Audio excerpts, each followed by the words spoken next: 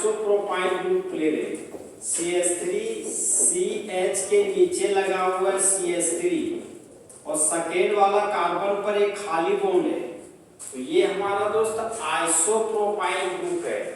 और isopropyl group में जुड़ गया ब्रोमाइड ग्रुप, तो इस ऑर्गेनिक कंपाउंड का नाम हो जाएगा आइसोप्रोपाइल ब्रोमाइड।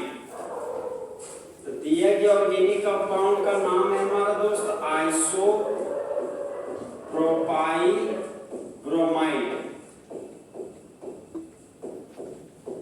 अब आइसोप्रोपाइल ब्रोमाइड का रिएक्शन एल्कोहलिक पोटेशियम हाइड्रोक्साइड के साथ करेंगे। तो हम लोग जानते हैं दोस्त, एल्कोहलिक पोटेशियम हाइड्रोक्साइड का काम है डीहाइड्रोहेलोजिनेशन कराना, मतलब हाइड्रोजन और हेलोजन को हटाना है। कहां से? अल्काइल हैलाइड से। यहाँ पर हम देख सकते हैं दोस्त कि हेलोजन से जुड़ा हुआ कार्बन को बोलते हैं अल्फा कार्बन, और अल्फा का बगल वाला कार्बन को बोलते हैं बीटा कार्बन। अल्फा का बगल वाला कार्बन बीटा कार्बन होता है। यहाँ पर भी देख सकते हैं दोस्त, बीटा हाइड्रोजन 3 है और यहाँ पर भी बीटा हाइड्रोजन 3 है। तो बीटा हाइड्रोजन का संख्या इक्वल होने की वजह से दोनों में से किसी भी बीटा कार्बन के पास रहने वाले एक हाइड्रोजन को हटाएंगे तो बनने वाला प्रोडक्ट हमारा सेम तरह का प्रोडक्ट होगा। तो फिलहाल दोस्त इस बीटा कार्बन से हाइड्रोजन को हटा रहे, तो अल्फा से हम लोग दोस्त ब्रोमो ग्रुप को हटाएं और बीटा से हटाएं हाइड्रोजन ग्रुप को। तो भली बात यहाँ पर लोग जानते हैं दोस्त, यहाँ पर हाइड्रोजन हमारा एसिड है और OH ग्रुप हमारा बेस है। तो जिस तरह बेबी को बेस पसंद है उसी तरह एसिड को बेस पसंद है। तो यहाँ पर एसिड और बेस के रिएक्शन से बाय प्रोडक्ट के रूप में वाटर बन गया। फिर देख सकते हैं दोस्त, पोटेशियम हमारा मेटल है और ब्रोमाइड हमारा नॉन मेटल है। तो जिस तरह मंगरा को मंगरी पसंद है उसी तरह मेटल को नॉन मेटल पसंद है। तो यहाँ पर दोस्त ये पोटेशियम इस ब्रोमाइड ग्रुप के साथ जुड़कर बाय प्रोडक्ट के रूप में पोटेशियम ब्रोमाइड बना लेता है। अब क्या करेंगे दोस्त, अल्फा और बीटा के बीच डबल बॉन्ड लगा देंगे, तो बनने वाला प्रोडक्ट हो जाएगा हमारा दोस्त CH3 single bond CH double bond CH2। इसी डबल बॉन्ड CH2 को दोस्त कुछ इस तरीके से लिख सकते हैं, ये हो जाएगा हमारा दोस्त डबल बॉन्ड CH2। यहाँ पर देख सकते हैं दोस्त, प्रिंसिपल चेन हो गया हमारा first carbon, second carbon, third carbon. तो 3 कार्बन के लिए रूट वर्ड हो गया प्रो, डबल बॉन्ड के लिए लिख दिए इन। तो 3 कार्बन के अल्कीन को यूपेक नेम में प्रोपीन बोलते हैं। अब यहाँ पर देख सकते हैं दोस्त, रिएजेंट था एल्कोहलिक पोटेशियम हाइड्रोक्साइड, तो यहाँ पर लिख दिए हम एल्कोहलिक पोटेशियम हाइड्रोक्साइड।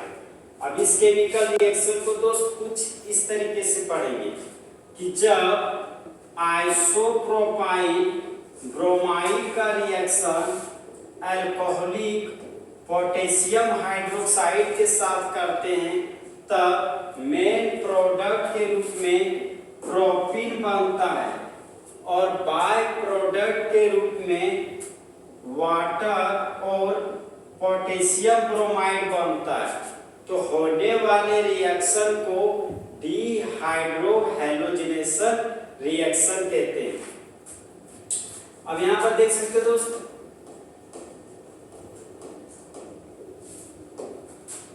ये जो हमारा अल्फा कार्बन के पास हाइड्रोजन है, अगर इस हाइड्रोजन को हटा दे और इसी कार्बन पर एक और मिथाइल ग्रुप को लगा दे, तो ये जो प्रोडक्ट है इस प्रोडक्ट का नाम हो जाएगा दोस्त टर्सरी। ये जो रिएक्टेंट है, इस रिएक्टेंट में ये जो ग्रुप है इस ग्रुप का नाम हो गया टर्सरी ब्यूटाइल, और टर्सरी ब्यूटाइल में जुड़ गया ब्रोमाइड, तो इस ऑर्गेनिक कंपाउंड का नाम हो जाएगा दोस्त टर्सरी ब्यूटाइल ब्रोमाइड।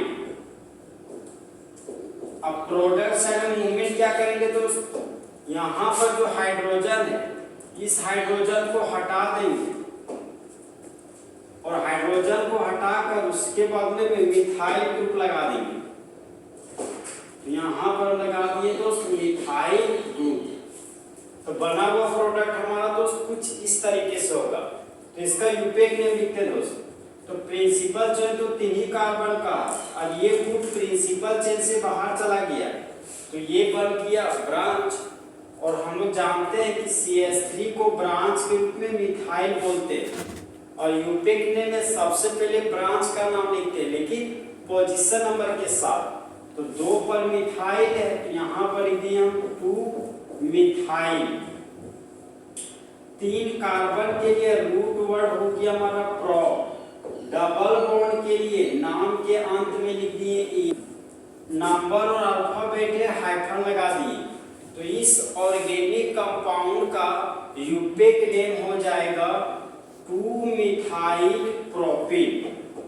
अब इस केमिकल रिएक्शन को दोस्त कुछ इस तरीके से पढ़ेंगे कि जब टर्सरी ब्यूटाइल ब्रोमाइड का रिएक्शन अल्कोहलिक पोटेशियम हाइड्रोक्साइड के साथ करते हैं तब मेन प्रोडक्ट के रूप में 2-मिथाइल प्रोपिन बनता है और बाय प्रोडक्ट के रूप में वाटर और पोटेशियम ब्रोमाइड बनता है।